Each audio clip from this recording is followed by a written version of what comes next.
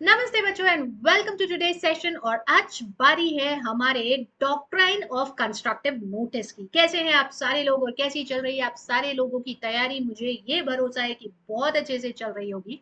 हमने अपने पिछले कुछ सेशंस में कंपनीज एक्ट के वन शॉट कंप्लीट करे, काफी काफी डिटेल में हमने सारी चीजों को पढ़ा। उसके साथ साथ मैक्सिमम सबका लिंक आपको नीचे दिए जा रही हूँ।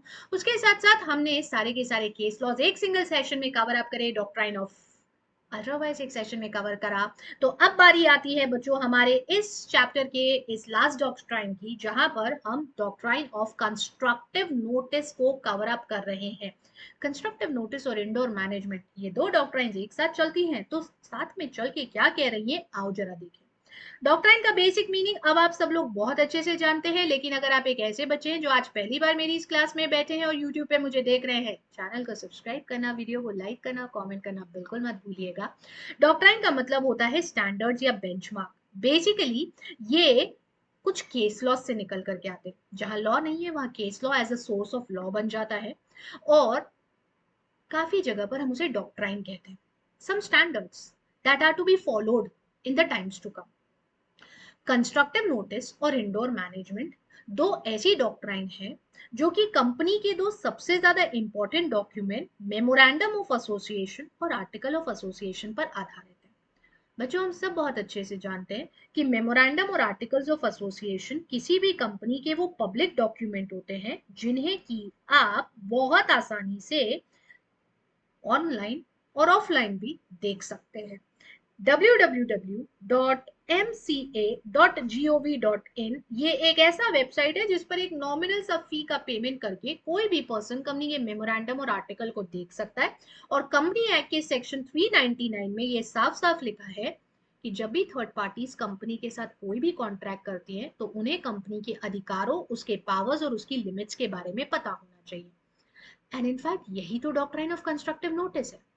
बोलता है भाई मेमोरेंडम और आर्टिकल्स ऑफ एसोसिएशन, आओ जरा थोड़ा सा इसको हम जूम कर लेते हैं ताकि टर्म पे क्लैरिटी रहे। ये जैसे ही कंपनी रजिस्टर होती है पब्लिक डॉक्यूमेंट्स बन जाते हैं और सेक्शन नंबर 399 के हिसाब से they are open for inspection by anyone on the payment of nominal fee. जो एमसीए की वेबसाइट अभी बताई उस पर आप देख सकते हो। And this means every person contemplating to enter into a contract. Contemplating का मतलब होता है the one who's expecting or planning to enter into a contract with the company. तो बच्चों ये assume करा जाता है that you have enough means of ascertaining and it is presumed to be aware of not only the exact powers of the company but also the level of limitation and delegation thereof.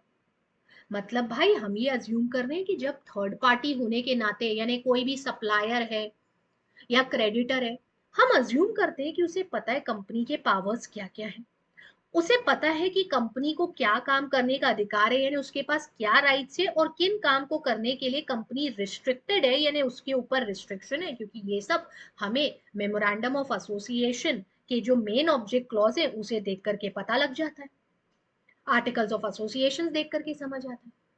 So every time when you are contemplating to enter into a contract, मतलब अगर तुम company के साथ कोई contract कर रहे हो तो ये प्रिज्यूम्ड है कि तुम्हें उसके पावर्स पता होने चाहिए। ये डॉक्ट्राइन ऑफ कंस्ट्रक्टिव नोटिस कहती है तुम्हें पता होना चाहिए, you ought to have a notice thereof. पर साथ ही साथ बच्चों इसमें एक डॉक्ट्राइन और आती है इंडोर मैनेजमेंट की, और ये बोलती है बाहर वाले घर में इंटरफेयर नहीं कर सकते।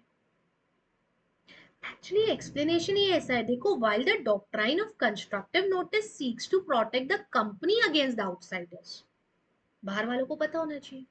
तुम पता करो, तुम देखो, हम थोड़ी ना बताने जाएंगे। जैसे कैविट एम्प्टर चलता है, बाहर को पता होना चाहिए, हम नहीं बताने जाएंगे। By the way caveat emptor reminds me, एक सेशन में कैविट एम्प्टर भी पढ़ने वाले हैं अपन। चैनल अभी तक सब्सक्राइब नहीं कर रहे हो और अगर अभी तक नोटिफिकेशंस के बटन पर बेल आइकन पर प्रेस नहीं करे हो तो करके रख लेना। बहुत सारे इंपॉर्टेंट कॉन्सेप्ट्स और बहुत सारी चीजें आगे आने वाले टाइम में आपको मिलेंगी।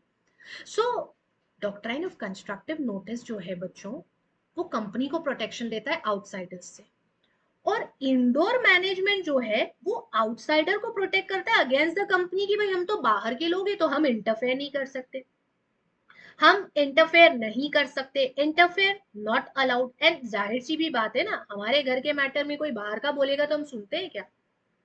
अब एक हाथ पे कंस्ट्रक्टिव नोटिस बोलता है तुमको पता होना चाहिए, जितना जरूरी है उतना पता होना चाहिए। हर चीज में इंटरफेयर नहीं कर सकते भाई, हर चीज में अपना टांग नहीं अड़ा सकते हो। क्या मैम हम इसको किसी केस लॉ से समझ सकते हैं? हाँ हाँ, है ना हमारे पास केस लॉ। और वो केस लॉ है यहाँ का हमारा वो फेमस केस लॉ जो रॉयल ब्रिटिश बैंक वर्सेस तुर्कंद के नाम से या इन शॉर्ट तुर्कंद रूल के नाम से जाना जाता है। बच्चों, यहाँ पर ना कंपनी के आर्टिकल्स में लिखा था कि अगर वो, ये जो डायरेक्टर्स हैं बैंकिंग कंपनी के, इस कंपनी के ना आर्टिकल्स में लिखा था कि अगर वो पैसा बोरो करना चाहते हैं बॉन्ड्स जैसी सिक्योरिटी के नाम पर पब्लिक से, तो वो समय समय पर ये काम कर सकते हैं, बॉन्ड्स के नाम पे पैसा ले सकते हैं by passing a resolution of the company in the general meeting. In short, अगर आपको फंड्स बोरो करना है, ये मैं ना कीवर्ड्स जैसे लिख दे रही हूँ यहाँ पे, फंड्स बोरो करना है from time to time in the name of bonds, तो आप ये काम कर सकते हो। इसके लिए आपको स्पेशल रेजोल्यूशन लगेगा जो कि शेयर होल्डर की जनरल मीटिंग में लिया जाता है, और फिर आप ये काम कर सकते हो। अब कंपनी ने ना तुर्कन नाम के एक पर्सन को, ये डायरेक्टर्स ने इस कंपनी के, banking company royal British bank के डायरेक्टर्स ने ना तुर्कन नाम के एक बंदे को बिना ऐसे स्पेशल रेजोल्यूशन से ऑथराइज किए बॉन्ड के नाम पर पैसे ले लिए, बॉन्ड दिया और पैसे ले लिए।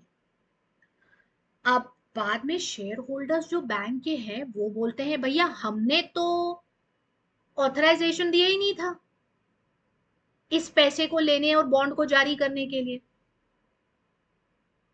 एंड देयरफॉर ये हमारी अथॉरिटी के बिना लिया गया, हमारी परमिशन के बिना लिया गया, हम तो इसके लिए लायबल ही नहीं, हम तो इसके लिए लायबल ही नहीं। अब after the discovery of this fact that the directors could borrow subject to a resolution only, Turquand को जब ये पता चलता है कि उसका, उसने तो भाई बॉन्ड के नाम पे पैसा दिया था तो बाद में वो पैसा मिलना है ना वापस, बैंक हाथ खड़े कर देता है। तुर्कन बेचारा घबराया घबराया सीधे जा करके कोर्ट ऑफ लॉ में जाता है और बोलता है साहब मैं तो आउटसाइडर हूं, मैं तो ये अज्यूम करूंगा ना कि इन्होंने रिक्वायर्ड रेजोल्यूशन पास कर लिया होगा। देखो आप बोलते हो कंस्ट्रक्टिव नोटिस, मतलब मुझे पता होना चाहिए, मुझे पता है कि कंपनी को ये पैसा चाहिए तो उनको रेजोल्यूशन पास करना होगा, और मैंने देख लिया कि इनने रेजोल्यूशन पास करा। अब भाई इनको रेजोल्यूशन जो पास करना था वो स्पेशल रेजोल्यूशन पास करना था, और इनने बोर्ड रेजोल्यूशन पास करा, तो इसमें मैं क्या करूं? It is not my fault. Being an outsider, I ought to have the notice that I had. I ensured company pass the resolution. But the internal management is not in my control. ये तो directors को देखना था कि उनको share holder से permission लेनी चाहिए थी और उनने नहीं ली। इस बार केस तुर्कन के फेवर में डिसाइड होता है। कोर्ट ऑफ लॉ में, हाउस ऑफ लॉर्ड्स में ये कहा जाता है that Turquand can sue the Royal British Banking Company on the bond as he was entitled to assume that the necessary resolution was passed.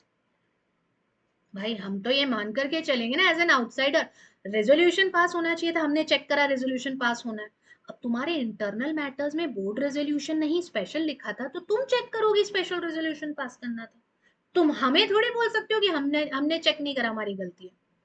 And that's how indoor management outsider को protect कर लेता है। फिर देखो इस slide पे लिखा हुआ ये इंडोर मैनेजमेंट जो है वो आउटसाइडर को प्रोटेक्ट कर लेता है, कंस्ट्रक्टिव नोटिस जो है वो कंपनी को प्रोटेक्ट कर लेता है।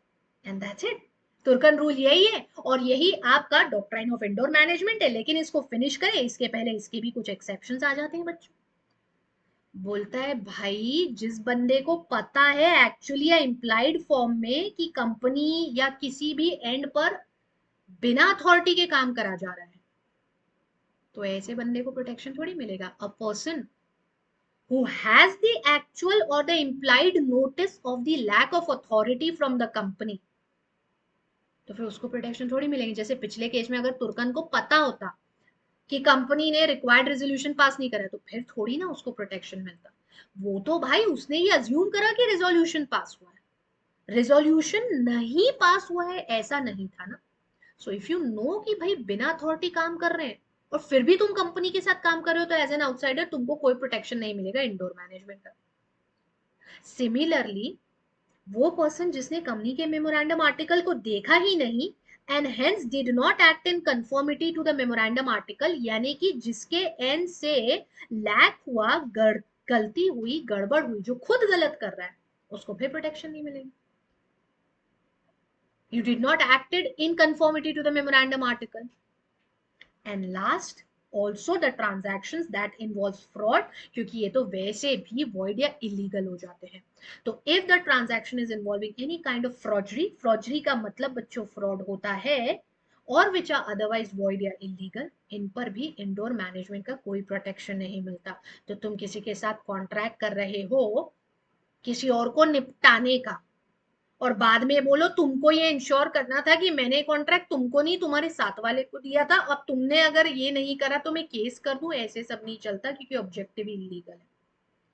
So when you have the knowledge of actual or implied lack of authority, when you did not acted in conformity to the memorandum article, and when there is any fraud involved or the transaction is void या illegal, तो बच्चों ऐसे transaction में indoor management का protection outsider को फिर नहीं मिलता। बाकी जगह इंटरनल मैटर्स में इंटरफेयर नहीं करना है, ये प्रोटेक्शन आपको मिल जाएगा।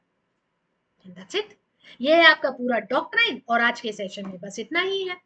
आज के सेशन में डॉक्ट्राइन ऑफ कंस्ट्रक्टिव नोटिस और इंडोर मैनेजमेंट में इतना ही है। That's all from my and. नीचे कमेंट करके जरूर बताइएगा कि आपने भी इसे अच्छे से रिवाइज कर लिया। आप जानते हैं हमारे लिए ये कमेंट्स कितना मैटर करते हैं। So please make sure that you are dropping a comment नीचे। और कोई चीज चाहिए, कोई ऐसा टॉपिक दैट यू वांट कि मैं इस तरह के छोटे शॉर्ट रिवीजन वीडियोस बनाऊं आपके लिए, ताकि आपके एग्जाम में ये आपको हेल्प करे, तो मुझे नीचे कमेंट में जरूर बता देना। I'll make sure that I'm up with those videos.